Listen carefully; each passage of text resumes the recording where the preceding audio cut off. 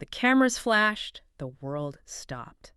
And just like that, pop culture had a crossover so wild, nobody could have predicted it. From the world stage to the pop stage. Welcome to Starscope Report.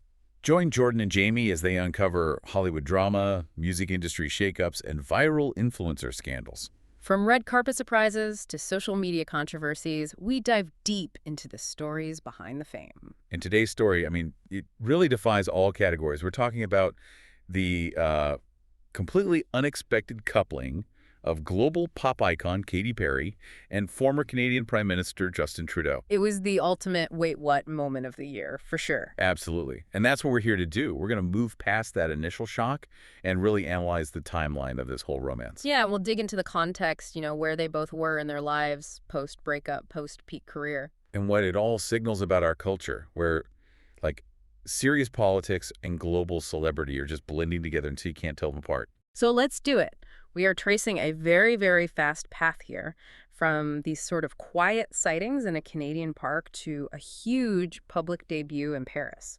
This was not a slow burn. No, it was an explosion. And it all kicked off in Montreal late July 2025. This was just weeks after he left office. Right. The first little bit of news came out July 28th. The sighting itself was almost boringly domestic. They were spotted walking in Mount Royal Park. Sources even noted Perry had her dog with her. It's the kind of thing you'd barely look twice at. Just a man and a woman walking a dog. But the escalation is what gave it away. Exactly. After the walk, they have dinner at Le Violon, which is, a pretty upscale spot. And then drinks at Tavern Atlantic, which is more casual. So it's this mix of, like, a high-profile date and just hanging out locally. In his old stomping ground, no less. And then just 2 days later, the whole dynamic shifts. Because on July 30th, Trudeau is in the crowd at her Lifetimes tour concert. And the detail that really stood out to me was that he wasn't alone. He was there with his teenage daughter, Ella Grace. That's a huge step. Bringing your kid into a new relationship is always a big deal. But bringing your daughter to a stadium concert for the pop star you're dating, and you're visible enough that people are reporting you're singing along to Firework. Yeah, that's not private anymore. That's a very, very public statement. But the real turning point, the moment this went from a rumor to a global spectacle, was October 11th. And this is where it gets really juicy. We have to talk about the yacht photos. Oh, the yacht photos. That's when the internet just broke. Completely. These pictures, they were taken off the coast of Santa Barbara, and they just cemented everything. You see them embracing on her yacht. She's in a dark swimsuit. He's shirtless. It's this unmistakably intimate moment. And suddenly, it's impossible to ignore. And this is where the whole image management conversation starts. Because the immediate speculation from sources was that these photos were strategically choreographed. By Perry, right. She's known for understanding her image better than anyone. Exactly. The narrative was that she turned a private moment into a planned publicity event. And that's not even the wildest part. Later in the episode, we'll talk about the shocking twist nobody saw coming. Right, because that story clashed directly with what Trudeau's people were saying. They were insisting he thought the moment was private, and I think the quote was, he's not into performative romance. Which raises a question for you listening. Can a former world leader and a global pop star ever have a truly private moment? Or is everything a performance? It's hard to believe a career politician would be surprised by paparazzi on a yacht. It just is. I know, right? But anyway, 2 days later, Perry basically confirms it herself. On stage in London. Yeah, a fan proposes to her, and she jokes back, I am dating someone else for crying out fucking loud. And there you have it. Yeah. But the final, official debut came on her 41st birthday, October 25th. In Paris, of all places. Photographed holding hands, leaving the Crazy Horse Cabaret. No more blurry shots, no more leaks. This was it. The official launch. And I think that's so important because this whole thing isn't just about two famous people. It's about two people navigating these massive life changes at the same time. Post-career, post-divorce. That's the context that makes this more than just, celebrity gossip. Absolutely. The foundation here is their very public, very recent separations. Perry and Orlando Bloom split after 7 years. They have a daughter together. And Trudeau's side is even more of a tectonic shift. He and Sophie Grégoire separated in summer 2023 after 18 years and 3 kids. And this whole romance starts right after he resigns as prime minister in March 2025. Yeah. It's like he's stepping off the world stage and directly onto a celebrity yacht. Yeah. And before Perry, the public narrative around him was so different. People were pointing to his Instagram photoshopping for kitchen supplies at Canadian Tire. The divorced dad vibes, it was everywhere. Okay, let's pause on that. For our international listeners, what does a former PM shopping at Canadian Tire really signal? It's like a forced, mundane normalcy. It's a hardware store. After running a G7 country, this super polished guy is suddenly doing the, unglamorous work of setting up a new life post-divorce. It was a story about him becoming a regular middle-aged guy again. Totally.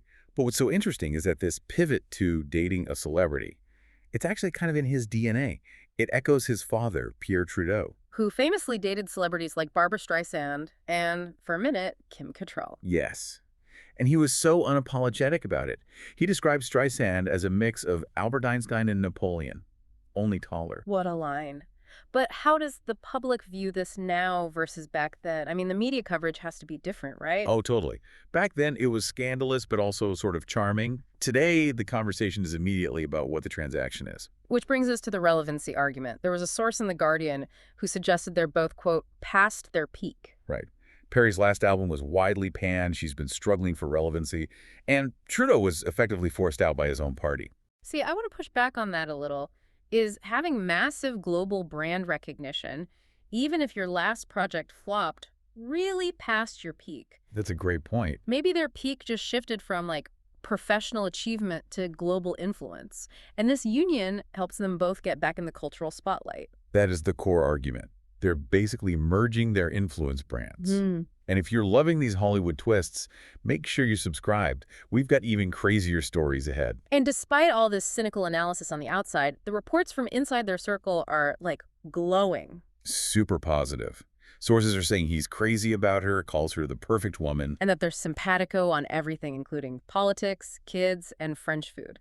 It's fascinating how the external view is all about cultural significance, but the internal one is just a love story. Which is where the wider commentary really kicks in. A New Yorker essay argued this whole thing reflects a world of leveled-out celebrity. What does that even mean, leveled-out celebrity? Is it saying a prime minister is now on the same level as a pop star? Pretty much. It contrasts what Trudeau's doing with, say, Jimmy Carter, whose post-presidency was all about public service. Right. The implication is that for modern leaders, the path to staying relevant runs right through Hollywood. Political capital becomes celebrity capital. And, of course, the internet had an absolute field day with it. Oh, the satire machine went into overdrive. An Onion had that brilliant headline about Orlando Bloom being seen with Angela Merkel. And Bloom commented on it with the clapping emojis. So good. They also joked about Perry releasing a bilingual album in Quebecois French. The reactions were everything from supportive to just exhausted. Like that one ex-user who just wrote, I don't have time for this. I felt that. But away from the jokes, we finally got a really crucial human perspective from Sophie Grégoire, Trudeau's ex-wife. Yeah, she broke her silence on the Arlene is Alone podcast. And this is like premium source material. Her response was so measured and mature. When asked if the news was a trigger, she said, we're human beings and stuff affects us. Normal. And she said her choice was to try to listen to the music instead of the noise.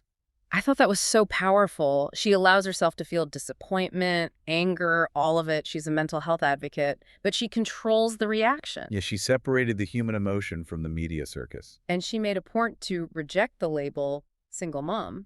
She says they maintain a very adult partnership for their kids. Her exact words were, we have separate lives, but we have one family life.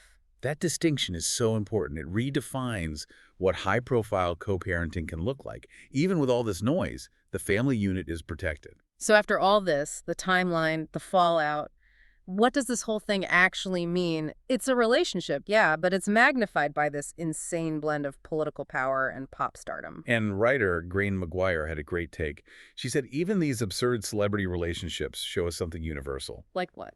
Insecurity, changing careers, finding a new purpose. They're just living out their second act on the world's biggest stage. So are they just figuring out what life looks like after being at the absolute top of their respective fields? We've seen other power couples do this. Exactly. Think George and Amal, or Harry and Meghan. Their value now is less about their original job and more about their combined brand. Stay tuned and hit that subscribe button so you don't miss what's coming next. So is that what this is? Are Trudeau and Perry the newest members of that club? Maybe. And what does it signal when a former world leader and a superstar both arguably past those professional peaks, unite their brands like this? I think whether it's on purpose or not, it confirms that for leaders, the path to staying influential after leaving office now runs right through Hollywood. That's the new political currency, something for you to mull over as you watch this very, very modern power couple navigate what comes next. Absolutely. You've been listening to Snarscope Report, where Jordan and Jamie uncover the stories shaping Hollywood, music, and pop culture. Thanks for tuning in, and don't forget to subscribe for more stories that keep the stars shining.